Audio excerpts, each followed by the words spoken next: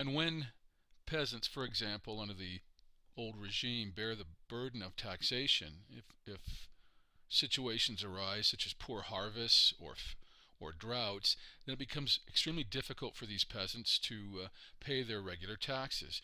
And so if they're unable to pay taxes and revenues not able to be collected by the government, then this creates a very difficult financial situation, and governments such as the French government at the time have to go into deficit spending. And as part of the opportunity of the government to try and raise revenue, they tend to raise taxes. So when the situation is already dire for the peasants through such things as poor and unproductive harvests, and then they're not able to meet their regular taxes, and then they have more taxes imposed on them, it becomes a situation that is basically untenable. The bourgeoisie, also known as the middle class of France, unlike the peasants, were able to gather a fair bit of wealth, but they became upset with their own situation, not because of the poor economic situation that they were in, because they were not in such a situation such as the peasants, but because they were required to pay taxes and the nobles were not. And this bothered the middle class because they saw themselves basically as the class within French society that was creating most of the wealth. And so for both the peasants and for the middle class, tensions raised because of the economic conditions that were in existence under the ancient or old regime of the French king. And as was mentioned, because of lack of ability to raise revenue, either because the peasantry doesn't have the money or unwillingness on the part of certain classes within French society to pay taxes, the government continues to spend and thus gets into a situation of basically being bankrupt. Part of the reason for this is the king and his nobility lavish money on themselves in such situations as creating or expanding on palaces such as Versailles. Marie Antoinette, the wife of the king, was extremely wasteful in her spending and extremely lavish. And so a government with a lack of revenue and a revenue problem needs to curtail its spending. And in the case of France at the time, they did the exact opposite. They spent even more money. And as a result, the government found itself basically completely depleted of funds. This resulted from the lavish spending and lifestyle of the nobility and the king. It also resulted from the fact that France became involved in such overseas endeavors as supporting the American Revolution as a means of attacking their enemies, the British. And as a result of this, and because of their lack of revenues, the French government gets into deficit spending. In other words, borrowing great sums of money just to be able to meet its obligations. And while all this was going on, the privileged classes, the first estate, the high-ranking clergy of the Catholic Church, and the nobility, which had great sums of money, were not being taxed at all. And so, despite any efforts by the government to raise revenue without going into sources, additional or new sources to find revenue, such as the first and second estate, France indeed would remain bankrupt. Here's a picture of the Palace of Versailles. It's not extremely clear, but in the foreground you see a very lavish fountain, a water fountain, and if it were in color you would see that the water fountain is actually plated in gold, and it's a simple example of the lavish lifestyle and spending of the French king, which, as was mentioned just a few moments ago, increased the deficit of the French government. Here's a picture of Marie Antoinette, the wife of the King of France, with her family, her children, and although the picture is not extremely detailed, it does symbolize the lavishness of the lifestyle that the Queen, the King, and the French nobility led. Another important cause of the revolution had to do with the actual, as we mentioned, the ideals that took root with the French people, the ideas of equality and of liberty and of governments representing the interests of the citizens of the country. The Enlightenment, or the Age of Reason, is when this takes place. There are intellectuals, philosophers who start to engage in thought and discussion about how and why governments exist and for which purpose and for whose interests should be served. And this starts basically with scientists during the Renaissance era that had discovered laws that they saw govern the natural world. And these intellectuals of the Age of Reason or Enlightenment wondered if perhaps these same laws that govern the natural world perhaps maybe govern the human world and human institutions. These people were known as intellectuals, or they were philosophers, and they began, as I mentioned, to ask questions about whether or not natural laws in fact did exist for human beings.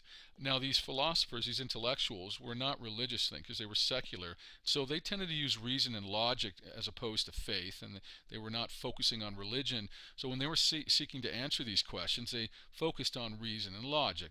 And so for them, rationality and logic was more important, and they thought those were the basic principles that should be used in creating governments. And so in the end, they came to question the whole idea of absolutism and the divine right of kings. And when you start to do that, the next step obviously becomes looking at whether or not the current government that is in power is actually one that should be.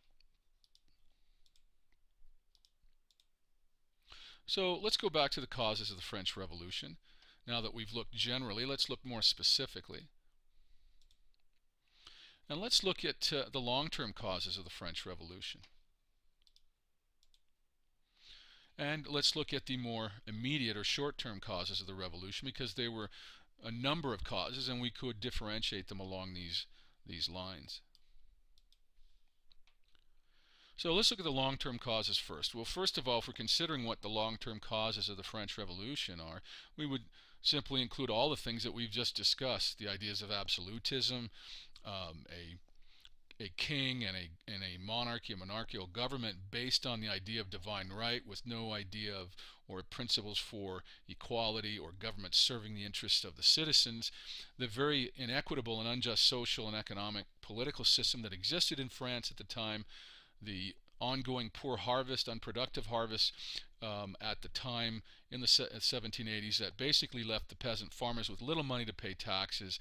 And of course, as we just discussed in fair detail, the influence of the intellectuals, the philosophers from the Age of Enlightenment, and their questioning of absolutism, and their questioning of a system known as mercantilism, which was an economic system which basically was put into place to create a situation where the monarchy could be further increased in wealth and power. It basically restricted trade, and so questions of mercantilism along with absolutism and the influences of such ideas of successful revolutions, such as those as the American Revolution, which many French soldiers had fought in between 1775 and 1783.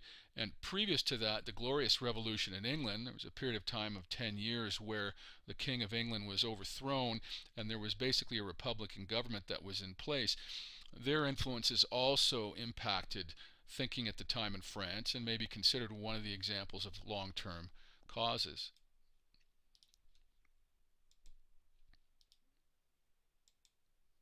Let's look at the short-term causes now. These would be more immediate in their impact. Well, the fact that France was bankrupt and was spending through borrowing, basically spending money that the country did not have, the fact that there was a number of financial ministers, those listed as you see, Turgot, Necker, and Calonne, they all had proposed changes to the way in which revenue was collected by the government, but all of their proposals, all their reforms that they sought were rejected, and they were rejected by the Assembly of Notables, which was a legislative body that basically represented the interests of the nobility who did not want to be taxed, and so all these attempts were rejected. And this left the king with very little choice. Basically, in 1789, the king decides that he has no choice, but he has to call a meeting of the ancient feudal legislative body, the Estates General, which was made up of the three official estates or classes of French society. The first estate, that of the higher level clergy of the Roman Catholic Church, the second estate, the nobility, and then the third estate, all the remaining individuals. And this group had not met, or this body had not met for well over 150 years. The last time it met was in 16 14. And the whole idea was the king thought that by bringing the Estates General together, they could find a solution for the problem of bankruptcy that the French government was facing. Now, this meeting, once it was brought together, put into place a whole set of events, a whole series of events, which ultimately resulted in the abolition of the monarchy and the creation of a completely new social, economic, and political system in France. And so certainly the calling of the Estates General may be considered to be one of the short-term causes for the revolution. Now, at the same time as the financial crisis, the bankruptcy of the government was going on, at the exact same time, the worst famine in modern memory at that time for France had been taking place. And so with the burden of taxation on them and the fact that there was very little food to go around, the impoverished peasants at the time feared that the nobility were going to attempt to impose greater privileges and put greater burdens on themselves, and so, or I should say on the peasantry. And so the peasantry, in a number of instances, actually attacked nobles, and this occurred throughout France during the time of 1789, and it created a period of panic and uproar and upheaval, and this time period is known as the Great Fear. And with this upheaval and panic going on, it set the stage for violence and eventually some form of revolt.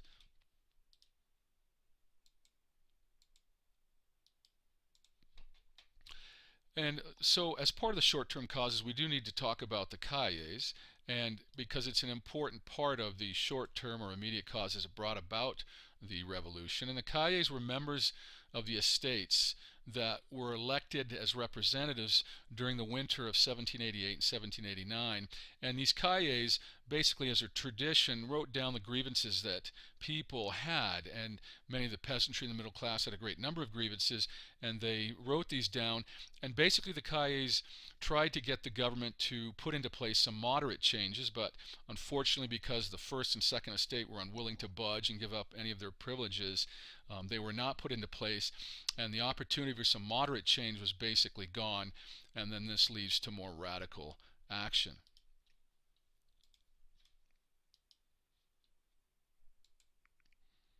So in 1789, in the early, or I should say in the late part of the spring, May 5th, 1789, the Estates General is called together by Louis XVI, the King of France.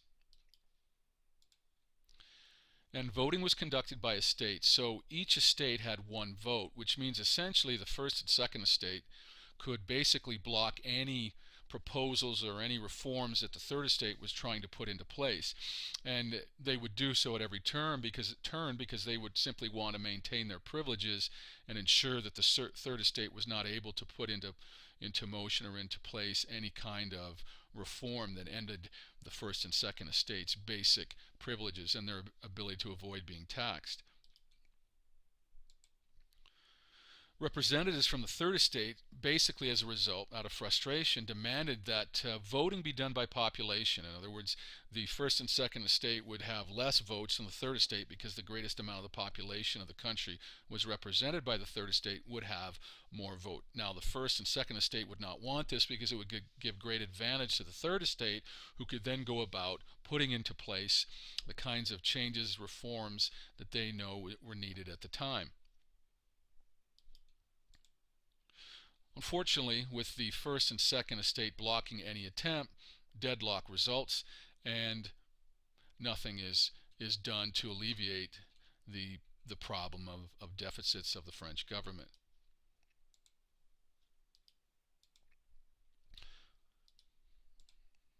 The Third Estate basically, out of frustration and knowledge that they're not going to get anything done with the First and Second Estate, unilaterally declares himself to be in the National Assembly, in other words, the legislative body for the country of France.